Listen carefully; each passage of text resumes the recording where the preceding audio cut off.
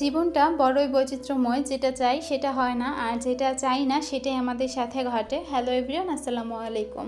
কেমন আছেন সবাই? আশা করছি যে যেখানে আছেন সুস্থ আছেন, নিরাপদে আছেন। আলহামদুলিল্লাহ, আল্লাহর অশেষ রহমতে আপনাদের দোয়া এবং ভালোবাসে আমিও কিন্তু বেশ ভালো আছি। কাছে এবং দূরে, দেশে এবং দেশের বাইরে যে যেখান থেকে আজকের এই ভিডিওটি দেখছেন বা দেখবেন, সবার সুস্বাস্থ্য কামনা করে আমার আজকের এই ভিডিওটি শুরু করছি।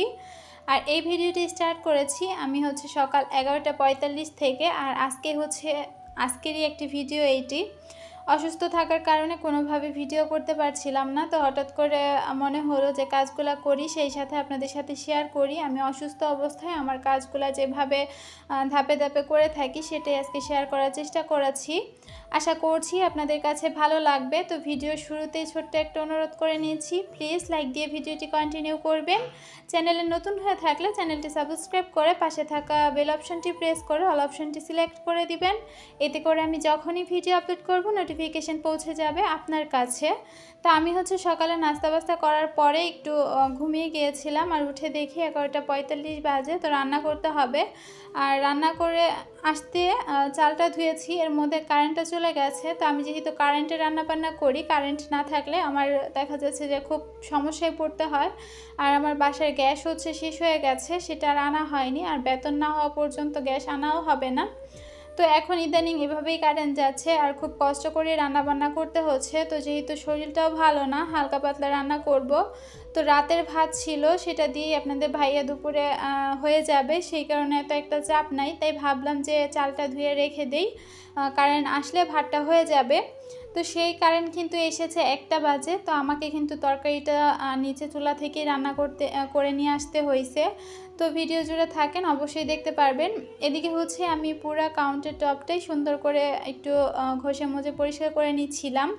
দেখা যাচ্ছে প্রতিবার রান্না করার আগেই আমি আমার রান্নাঘরটাকে ক্লিন করে তারপর রান্নাবান্না করি। এটা একটা অভ্যাসে পরিণত হয়েছে। আমার বেডরুমটা গোছানো থাকুক বা না থাকুক, আমার রান্নাঘর অপরিষ্কার থাকলে একদমই ভালো লাগে না।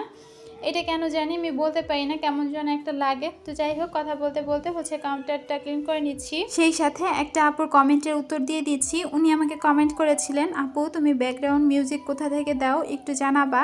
তো সেই আপুটার উদ্দেশ্যে বলতে চাচ্ছি যে আপু, আমি যেই ব্যাকগ্রাউন্ড মিউজিকটা ইউজ করছি এটা আপনি ইউটিউবে পেয়ে যাবেন, তবে এটা আমি এক আপুর কাছ থেকে নিয়েছিলাম। আমি আগে যেই ব্যাকগ্রাউন্ড মিউজিকগুলো ইউজ করতাম, সেটা যেহেতু আমি ইনশর্ট দিয়ে এডিট করি, সেখানেই অনেক মিউজিকের অনেক অপশন আছে, সেখান থেকে একটা সিলেক্ট করে দিতাম। তবে এখন আমার সেই সফটওয়্যারটা চলে গেছে, বা সফটওয়্যারটা যায়নি, আমার যেই গানগুলো ছিল সবগুলো ডিলিট হয়ে গেছে। তো নতুন করে আর বাছার সময়টা পাইনি, সুযোগও পাইনি, যার কারণে এক আপুর কাছ থেকে নিয়েই আমি আপাতত এটা ইউজ করতেছি।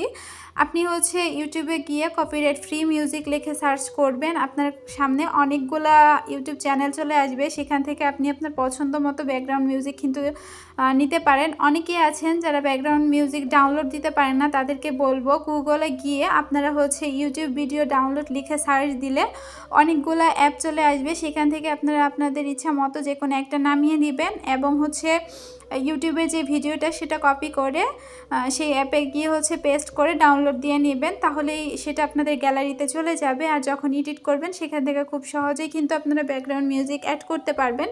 তো আমার এই মিউজিকটা এক আপুর কাছ থেকে নিয়েছিলাম, সেটা এখন চালাচ্ছি। ওনার কাছ থেকে 2টা মিউজিক নিয়েছিলাম, তো একটাতে কপিরাইট চলে এসেছিলো আর একটাতে আসেনি। আর আপনারা যখন ইউজ করবেন মিউজিকগুলো, তখন চেষ্টা করবেন 1 থেকে 1.5 মিনিটের একটা ভিডিও বানানো, সেটাতে ইউজ করে দেখার জন্য, তাতে করে বুঝতে পারবেন যে কপিরাইট আছে কি নাই। আরেকটা কাজ করতে পারেন, সেটা আপনারা কমেন্ট বক্স চেক করে নেবেন যে সেই কমেন্টে কমেন্ট কি করা হচ্ছে, তাহলে আপনি বুঝতে পারবেন যে এটাতে কপিরাইট আছে কি নাই। আশা করছি আপু আপনার উত্তরটা পেয়ে গেছেন। আর গুগলে গিয়েও যদি আপনি সার্চ করেন ফ্রি কপিরাইট মিউজিক, সেখানেও কিন্তু বিভিন্ন ধরনের অ্যাপ আছে, যেমন পিক্সাবাই, পিক্সেল অ্যাপ, এরকম বিভিন্ন ধরনের অ্যাপ আছে। তো সেইগুলা অ্যাপ না, সফটওয়্যার আছে। তো সেখান থেকে আপনারা আপনাদের পছন্দ মতো চাইলে নামিয়ে নিতে পারেন। তো যাই হোক, আপনাদের সাথে কথা বলতে বলতে কিন্তু আমি এই যে আমার তরকারি কুটে নিয়েছি, আজকে আলু দিয়ে গুঁড়া মাছ চচ্চড়ি করব। তো কিছুদিন ধরে গুঁড়া মাছটাই খাওয়া হচ্ছে, বড় মাছ কেন জানি না ভালো লাগছে না। আর আমার বাসায় যখন যেই মাছটা আসে সেটা পুরোপুরি শেষ না হওয়া পর্যন্ত আরেকটা মাছ কিন্তু আনা হয় না। তো দেখা যাচ্ছে যেহেতু আমরা নিম্নবিত্ত, আমাদেরকে এভাবেই সংসার চালাতে হয়। তো কিছুদিন ধরেই আপনারা গুঁড়া মাছ দেখতে পাচ্ছেন, আর গুঁড়া মাছটা কেন জানি না খেতে ভালো লাগতেছে, সেই কারণেই রান্না করা। বিশেষ করে আপনাদের ভাইয়ার একটু শুকনো শুকনো করে রান্না করে দিলে ও খেতে আসলে খুব বেশি পছন্দ করে, যার জন্য এভাবেই রান্না করছি। বড় মাছ আছে, সেটা হচ্ছে পাঙ্গাস। তো একজন হচ্ছে পাঙ্গাস খায় না, তো তার জন্য আসলে আবার আলাদা করে রান্না করব, যার জন্য আর ইচ্ছে করেনি। এখন তরকারিটা রেডি করে আমি চলে এসেছি রুমে। ভাবলাম যে রুমটা একটু গুছিয়ে নেই, যেহেতু কারেন্ট নাই। আর রুমটা গুছিয়ে তারপর হচ্ছে আমি নিচে চলে গিয়েছিলাম তরকারিটা বসানোর জন্য। আর রুমের কাজগুলো করতে করতেই দেখা যাচ্ছে প্রায় 12টা 40-এর মতো বেজে গিয়েছিল। তো 20 মিনিট সময় নিয়ে কিন্তু আমার তরকারিটা রান্না করতে হয়েছে। নিচে গিয়ে আগুন ধরাতে ধরাতে প্রায় অনেকটা সময় লেগে গিয়েছিল। তো যাই হোক, এদিকে হচ্ছে কথা বলতে বলতে আলনাটা গুছিয়ে নিচ্ছি। তো অনেক কষ্টে আপনাদের ভাইয়ের কাছে একটা ছোটোখাটো আবদার করেছি যে আমাকে ছোটোখাটো একটা ওয়ার্ড্রোব বা আলমারি এনে দাও, যাতে বাচ্চাদের কাপড়গুলো রাখতে পারি। আমাদের তো বড় কাপড় যেটা আলনাতে রাখা যায়, কিন্তু বাচ্চাদের কাপড় তো সেটা করা যায় না। তো সে বলেছে এনে দেবে, ইনশাআল্লাহ আপনাদের সাথে শেয়ার করব যদি আনা হয়। এদিকে হচ্ছে বিছনাটা গুছিয়ে নিচ্ছিলাম, আর এর মধ্যে আমার ছেলে কি করে একটু আপনারা দেখবেন। আমি একটা কাজ করতে যাব, তাকে যদি সেই কাজটা করতে না দেওয়া হয় সে অনেক বেশি রাগ হয়, আর রাগের চোটে কী যে করে সেই জানে। তো এদিকে হচ্ছে আমি বালিশগুলো রাখতেছিলাম, আর ও বলতেছে যে আমি রাখবো। বিছানার চাদরটা অনেক দিন হয়ে গেছে, ভেবেছিলাম একটু তুলে দিব, কিন্তু বাহিরে রোদ নেই, সেই সাথে আমার শরীরের অবস্থাও ভালো না। পেটে ব্যথা, মাথা ব্যথা, সেই সাথে দাঁতের ব্যথা, 3টা ব্যথায় বুঝতেই পারছেন একটা মানুষের অবস্থা। তো সে হচ্ছে বালিশগুলো এই যে এভাবে ফেলে দিল, সেই সাথে তারপরে হচ্ছে আবার গুছিয়ে রাখতেছে, আর আমি বলতেছি হচ্ছে না, তো ঠিকঠাক করে রাখার চেষ্টা করছিল। তো এই তো এখানে এই যে একটা ছোট্ট টি টেবিল দেখতে পাচ্ছেন, এটাতে আপনাদের ভাইয়ে এখানে খাবার খায় বসে।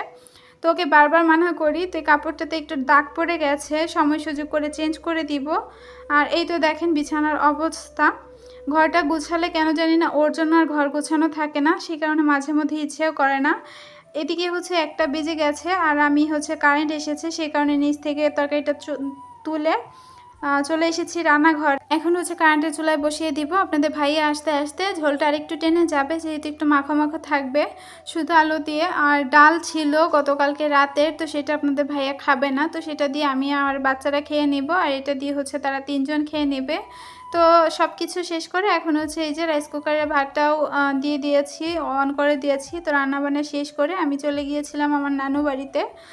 মামানির পাখি ছিল, তো একটা পাখি হচ্ছে মেরে ফেলেছে, আর এই হচ্ছে মেয়ে পাখি, মানে ফিমেল। তো ভাবলাম যে নিয়ে আসি, আমার যেহেতু একটা আছে তো সেটার সাথে দিয়ে দিব। আর যেহেতু অ্যাডাল্ট পাখি, তো আমার একটা অ্যাডাল্ট পাখি আছে, তো ওর সাথে জোড়া বনে যাবে। তো মামি হচ্ছে দোকানে দিয়ে দিতে চাইছিল, আমি বললাম যে না থাক, আমিই নিয়ে যাব। আর এই তো এটা হচ্ছে আপনাদের ভাইয়ের অফিস। তো যাই হোক, বাসা থেকে কিন্তু খুব কাছে। আর এদিকে দেখেন আমার ঘুঘুটা হচ্ছে পাথর দিয়েছে। তো এই আসলে তা দেয় না, যেভাবেই বসে আছে, আরেকটা কবে পারবে, কিন্তু একটু তা দেয় না। অনেকগুলা পাথর হচ্ছে ও নষ্ট করেছে। তো এবার যদি ও তা না দেয়, ওকে হচ্ছে বিক্রি করে দিব বা খেয়ে ফেলবো, কারণ রেখে তো আর লাভ নাই যদি হচ্ছে বংশ বিস্তার না করে। আর এই তো পাখিটা এনে খাঁচাতে দিয়ে দিয়েছি। এখন পর্যন্ত পাখিগুলো আলাদা করা হয়নি, খাঁচায় একটু প্রবলেম আছে, কয়েকটা খাঁচার শিক দেখা যাচ্ছে ভাঙা। আর এই যে এই পাখিটা নিয়ে আসছি, আর এই যে মাঝখানের পরে যে একটা পাখি, এই পাখিটার সাথেই ওর জোড়া দিব, সেই কারণে ছেড়ে দেখলাম যে কোনটার সাথে বনে। তো এই যে বাইরের ভিউটা এরকম। তো এখন যেহেতু প্রায় বিকাল হয়ে গেছে, আর এই আকাশটা একটু মেঘলা মেঘলা ছিল, ভাবলাম একটু ক্যামেরা বন্দি করি। আর এদিকে আমার বড় ছেলেকে ডাকতেছিলাম, তো ও দেখি ওই যে নিচে। তো আমি বললাম যে নিচে কী করিস, তো বলতেছে খেলা করতেছি। তো এই যে এখানে হচ্ছে টাইলসের টুকরো, এগুলো নিয়ে আসলে খেলবে। আর আমার ছোট ছেলের অবস্থা দেখেন। এদিকে দেখলাম পুদিনা গাছটার অবস্থা মরমর, তো পানি না দেওয়ার কারণে গাছের অবস্থা এই। ছাদের গাছগুলোও সবগুলো হয়তো বা হলুদ হয়ে গেছে, কিছু গাছ হয়তো বা শুকিয়েও গেছে। অসুস্থতার কারণে ছাদে যেতেও পারি না, পানিও দিতে পারি না। আর এই যে বেবি টিয়ার গাছটা তো দিয়ে দিলাম। আর আমি যে পাখিটা নিয়ে এসেছি, এই পাখিটা কিন্তু ডিম সহ ছিল, মানে ডিম পাড়তেছিল। এই অবস্থায় ও হচ্ছে ছেলে পাখিটাকে মেরে ফেলছিল, যার কারণে আমি ডিম সহ নিয়ে এসেছিলাম। তো ডিম তো আর রেখে লাভ নাই, তো ডিমগুলো ফেলে দিব। আর এরপর হচ্ছে ছাদে একটু হাঁটাহাঁটি করতে আসলাম। সেই সাথে আজকের ভিডিওটি এখানেই শেষ করব। ভিডিওটি কেমন লেগেছে ছোট্ট একটা কমেন্টে জানাবেন। আল্লাহ হাফিজ, আসসালামু আলাইকুম।